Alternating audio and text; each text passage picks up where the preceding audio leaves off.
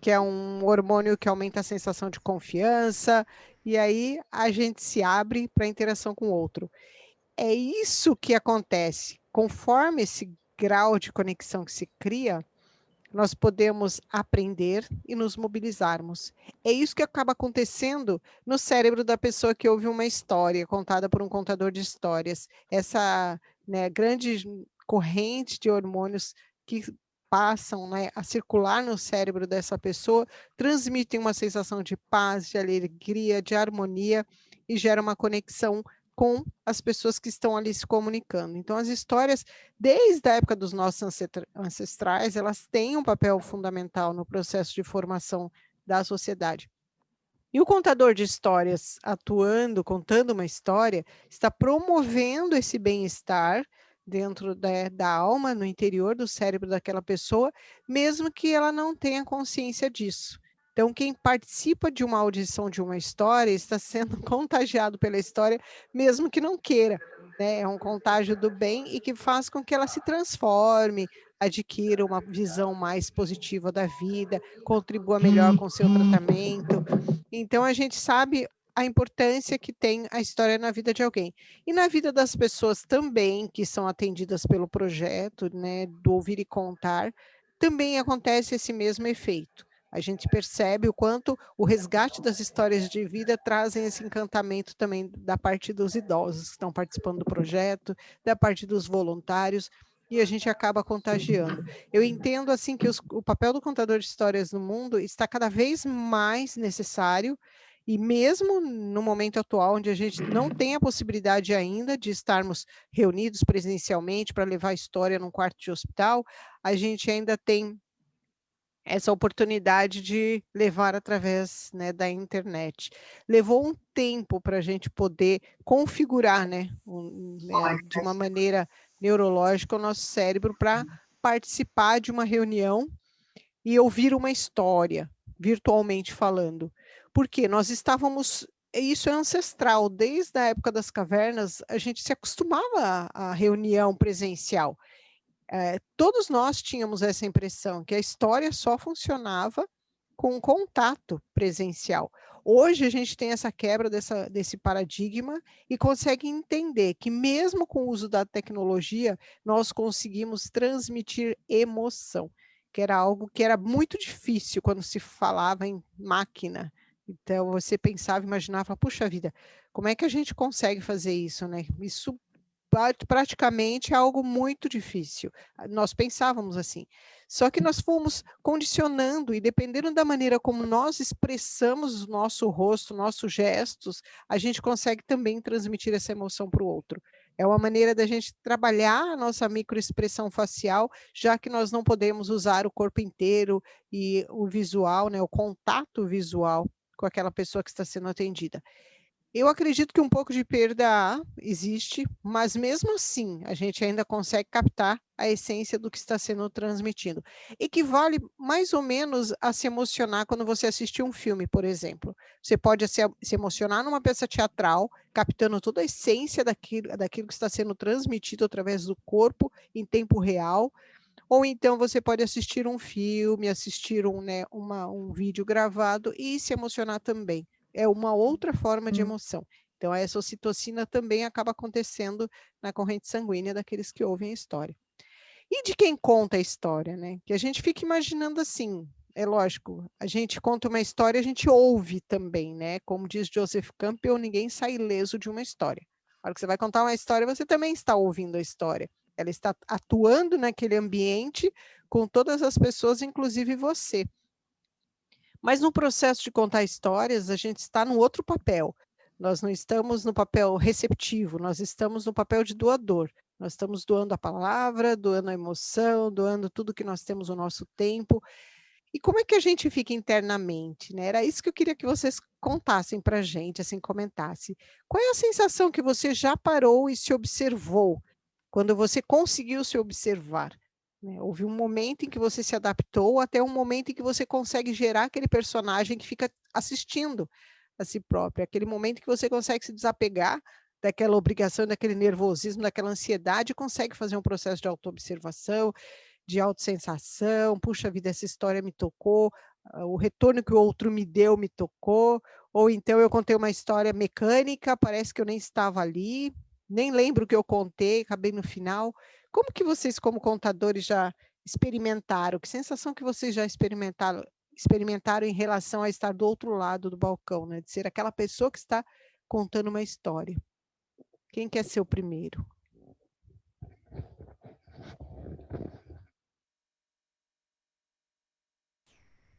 Acho que eu posso começar, até porque eu tenho duas experiências, né? A experiência da contação presencial e da contação virtual. Quando iniciei a presencial, que foi a primeira, lógico que tirando o nervosismo, principalmente das primeiras contações, a gente gera muita expectativa, né, do que o outro vai achar do que a gente está passando. Então, eu acho que essa expectativa que tem até um lado um pouco negativo, porque te deixa mais nervoso do que precisaria. Então, mas passada essa barreira, quando a gente consegue ter a grandiosidade de perceber os efeitos da contação no outro, essa história nos invade. Por isso que eu falo sempre da importância de você acreditar na história que você está contando, porque você não vai conseguir passar verdade numa história que mandaram você contar e que você leu e não gostou. Então, como eu participei em muitos grupos de história em várias instituições, a gente percebe isso.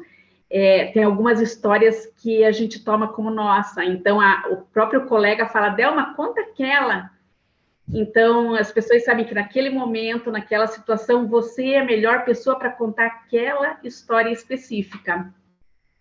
O que mais me encanta na contação de história é o poder da transformação. Isso eu repito um monte de vezes, porque realmente é o que eu acredito. Você entra num quarto, numa enfermaria, onde está luz apagada, onde está triste, a situação está muito... É um baixo astral total, como é de se esperar. Desculpa, é um ambiente hospitalar. E a gente chega com tal jaleco verde, com enfeite no cabelo, e as fisionomias alteram. O ambiente ganha luz. E as pessoas que recebem a história se sentem gratas, até não só pela história, mas pela atenção que estão recebendo, mas também pela história, porque eu não sei se a gente acho que cria uma conexão com o universo, com alguma entidade que você acredite para escolher a história certa. E normalmente você escolhe a história certa, a pessoa fala assim, nossa, essa história foi feita para mim, você contou para mim. E isso no quarto, para o paciente, para o acompanhante do paciente. E quando a gente sai do quarto com nossos colegas, a pessoa fala assim, nossa, aquela história você pensou que contou para ele, né? Você contou para mim. Então, a gente acho que tem sensações, assim, que a gente recebe essa... Não sei dizer, mas eu sei que a gente sabe a história certa para a pessoa certa e na hora certa, e isso acontece sempre. Bom, essa é a primeira experiência. Já a experiência virtual, claro que no começo foi bem complicado, né? Porque você falar para uma telinha e não saber se a pessoa que está ouvindo está entendendo, se a pessoa está gostando, se a pessoa está sorrindo, se a pessoa está se emocionando, é meio que uma barreira, como se você estivesse contando para uma parede, assim. Mas daí a gente cria alguns artifícios, né? Você começa a imaginar a pessoa ali atrás da telinha. E daí quando você consegue imaginar, porque a gente quando recebia a lista das histórias, a gente recebe assim, é um menino fulano de 8 anos. Então você imagina um menino de 8 anos, não precisa estar obrigatoriamente numa cama de hospital, você pode imaginar que ele está num parque, por exemplo, e está contando a história de um cachorrinho que está passeando pelo parque do ladinho dele ali. E aí, você sabe que você está tocando uma pessoa, que você está tocando aquela mãe que está do lado e que ela também está sentindo aquela história, está grata por ver seu filho ali, abstraindo daquele momento, daquela situação. Então, e daí a gente se sente gratificado, vamos dizer assim, né? A gente não faz pelo retorno, mas a gente tem esse retorno sempre, né? Toca, você conta uma história, você fala assim, nossa, você contou a história 10 vezes, mas naquele dia que você precisava ouvir uma frase de uma maneira especial, parece que aquela frase grita na história para você, e você sente assim na alma mesmo. Então, eu acho que essa experiência é mais ou menos comum, porque eu conversava muito com os meus colegas de contação, né? No HC, principalmente, que a gente tinha uma sala específica de encontrar o pessoal depois da contação, era muito legal, a gente fazia uma roda antes de começar, meio que para unificar aquela energia, e no final a gente dava as mãos de novo, e a gente fazia um rápido relato do que aconteceu, o que foi mais importante, o que cada um sentiu de mais importante. Os relatos são muito parecidos, né? A gente chega no HC, a gente contava os sábados pela manhã. Então, você trabalha a semana inteira. Eu teve uma época que eu estava fazendo faculdade, então trabalhava, estudava, e sábado de manhã, ao invés de ficar dormindo, pegava meu jaleco, pegava minha sacola de histórias e ia encontrar aquele povo todo lá. E daí a gente às vezes chegava cansado, e às vezes chegava desanimado, e às vezes chegava e a pessoa da portaria não era aquela pessoa mais querida do mundo, às vezes pensava assim, nossa, mais um pessoalzinho chato aí para ficar passando pelos corredores. Nem sempre a gente é tão bem recebido assim. Às vezes sim, mas nem sempre. E daí, mas você passa por tudo isso, e quando você sai de lá, você fala assim, ufa, que bom que eu saí de casa, porque eu fiz a diferença. Naquele paciente, eu fiz a diferença na vida daquelas pessoas que estavam ali com aquele paciente, do pessoal do hospital, com os meus colegas contadores e principalmente comigo, porque se eu não estiver satisfeito com esse trabalho todo, não adianta para nada, a gente só consegue passar se a gente sentir tudo isso. Acho que é isso, acho que até falei demais. Imagina, é uma delícia te ouvir. A Delma sempre parceira, eu nunca me esqueço. A gente abria novas frentes de voluntariado, né? Eu lembro quando o Hospital Evangélico resgatou a parceria com a gente, fizemos um trabalhão bem bacana assim para voltar. Eu e a Dai, que a Dai é a menina que ajuda a gente com voluntariado, eu falei, Dai, quem que vai liderar a turma do Evangélico? A Delma. Mas e a turma de quarta? A Delma. A Delma estava em tudo quanto era frente. Eu falei, meu Deus, como é que ela consegue se desdobrar? E eu sabia que ela estava fazendo faculdade e trabalhando. Ela falou, olha, ele é um anjo, ela consegue, não sei o que ela faz, que milagre que ela faz na vida dela. Eu fico imaginando assim, que tinha semanas, principalmente de lançamento, até a turma engatar.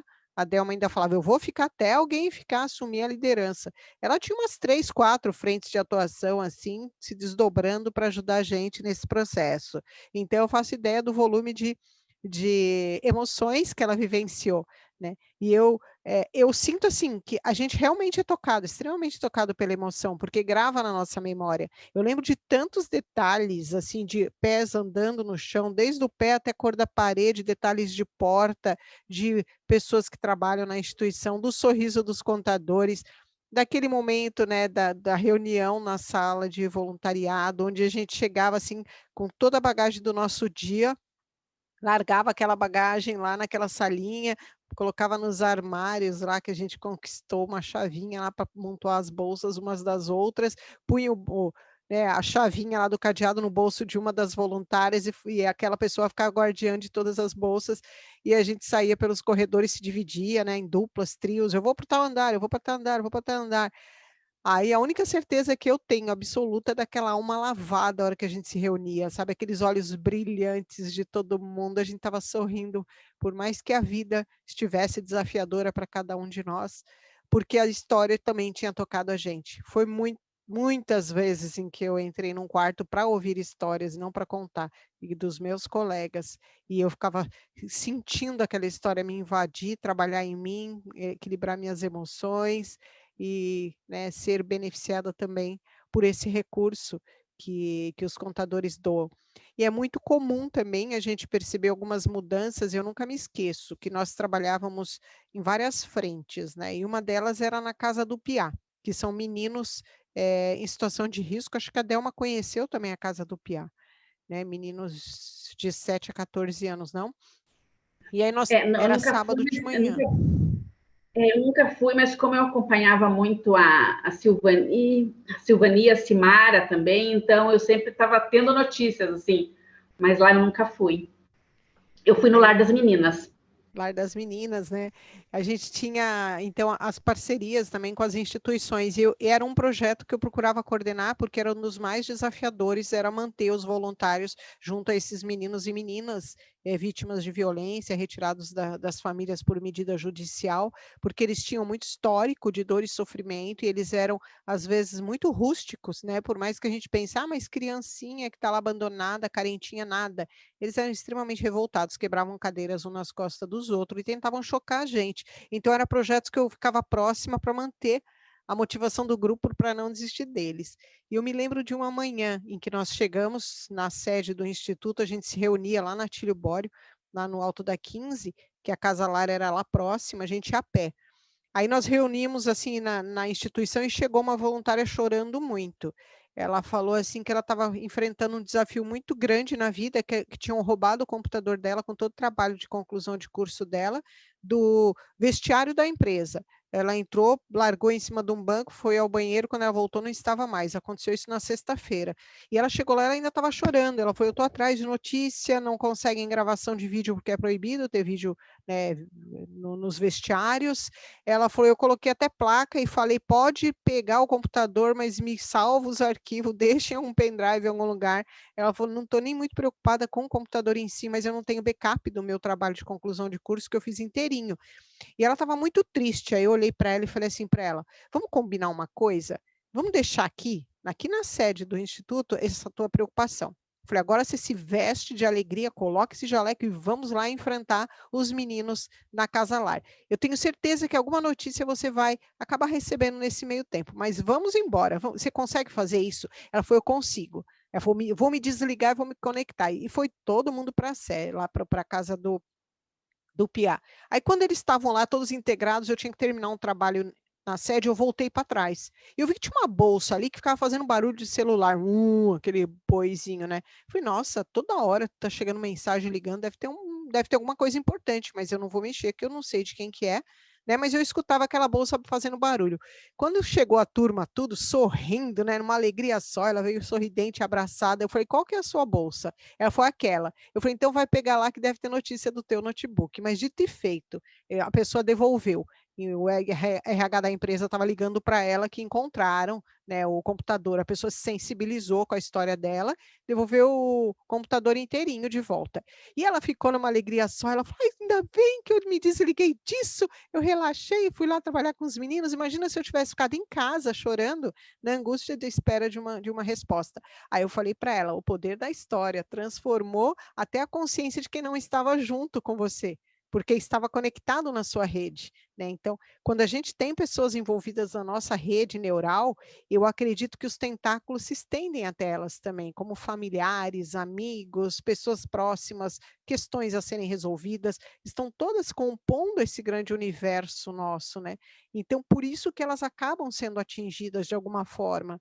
E eu entendi assim como algo, uma lição muito forte, né, que ficou para mim, da importância de confiar e entregar.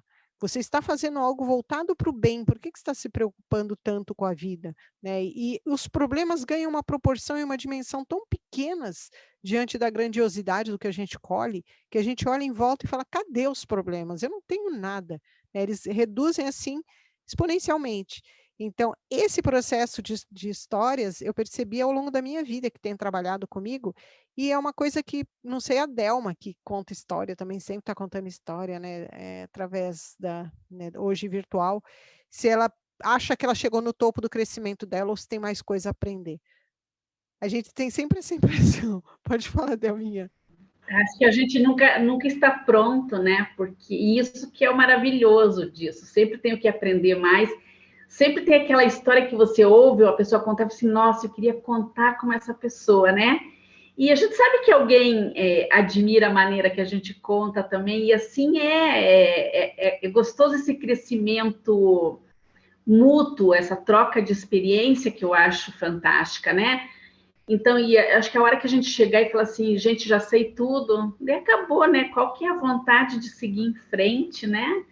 Porque é legal você pegar aquela pessoa assim, você vê as pessoas começando lá devagarinho, com as suas inseguranças, e de repente até supera e conta melhor que você. Nossa, é uma alegria, assim, a gente poder ter proporcionado isso de alguma forma, né?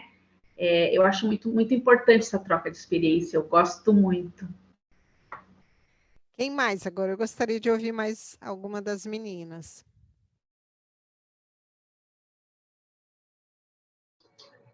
Pode ser eu?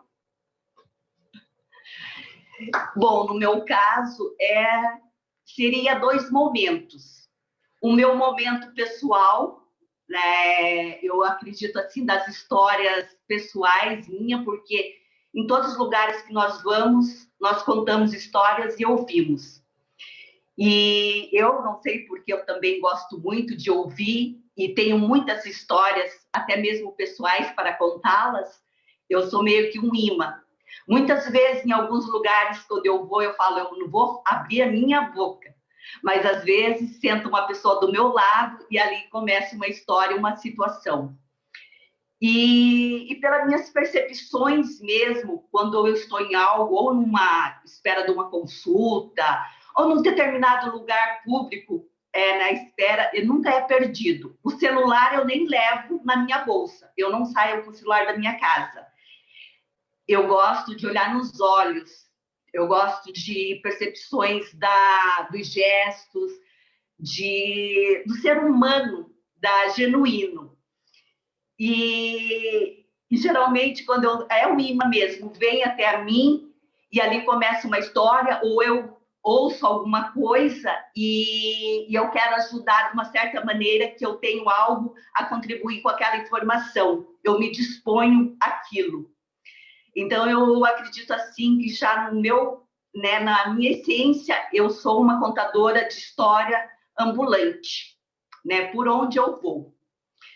E a segunda etapa seria a do meu curso, que ainda estou uma aluna, né, a me preparar, inicialmente com o curso online, e não tenho experiência ainda profissional, né, como aí a Delma, a Roseli, não sei se a Ana Cláudia, agora a Cristina, né, já está mais preparada e acredito que ela já esteja atuando. Mas no próprio trabalho mesmo que eu fiz online para minha preparação do curso, já deu para eu sentir como que funciona. No caso, eu contando história infantil, né? Contando história infantil, tirando do meu trabalho, dos trabalhos que nós temos como a formação pessoal. Mas eu acredito assim que presencialmente a gente capta todas as percepções. Eu, como fiz um curso em 2019 de cuidador de idosos pelo Instituto Federal do Paraná, nós tivemos todo o conteúdo técnico, né, de todo o conteúdo que é nos fornecido para ficarmos preparados. Mas cada pessoa que nós fomos cuidar, que nós fomos contratado para cuidar, é personalizado, porque o ser humano ele é único. Então, se for o senhor João, se a dona Maria, eles vão ser únicos. A técnica é ética e preparação que nós temos que ter, mas ali, humanamente, eles são únicos para nós.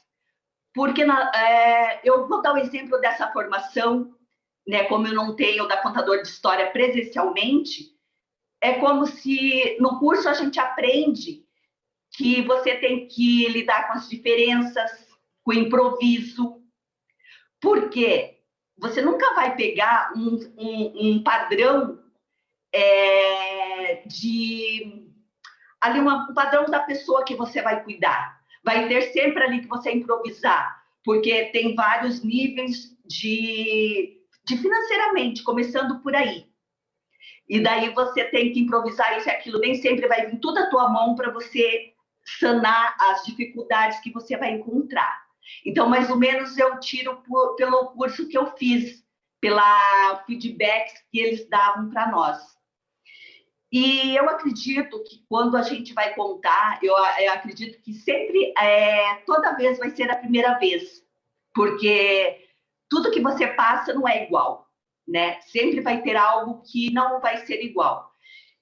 E quando a pessoa também que estiver ouvindo nós contarmos as histórias, nós mesmos, a gente vai captando as percepções, e a própria pessoa, às vezes, de um jeito ou do outro, ela também pode ser receptiva, ela pode também nos ensinar o caminho que ela gosta, que a gente ali, presencialmente, eu acredito dessa maneira. Quando a Delma falou que nós, né, nem sempre, às vezes, somos bem recebidos, com certeza, vamos ter muitos empecilhos, mas é aí que nós crescemos. E é aí que a gente vê que vale a pena, porque a gente não cresce só com sorrisos, a gente cresce com as pedrinhas ali. A gente tira a lição ali, a gente se forma melhor com as pedrinhas. Só sorrisos não. Lógico que faz parte, é uma delícia, mas a gente vai superando. Eu acredito que chega um momento que aquilo ali nem faz parte, porque nós temos que trabalhar as coisas, não é o que os outros nos fazem, é o que nós fazemos com aquilo que nos faz. Então, se tratarmos diferente, a gente dá um sorriso, agradece e segue a vida. Então, é mais ou menos isso. Eu aprendi muito na última live que nós tivemos, gostei muito dos depoimentos e também achei muito interessante o que um dos contadores de histórias colocou, que nós aprendemos com os próprios contadores de histórias. Não tem nenhum melhor, nenhum pior, nenhum que faz isso nem aquilo.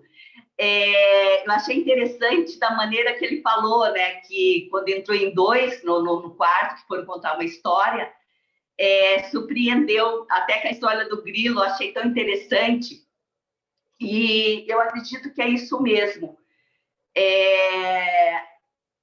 A história, às vezes a gente pensa que vai levar, não, a gente, de uma certa maneira, tudo é energia, a gente é conduzida a pessoa a receber aquela história.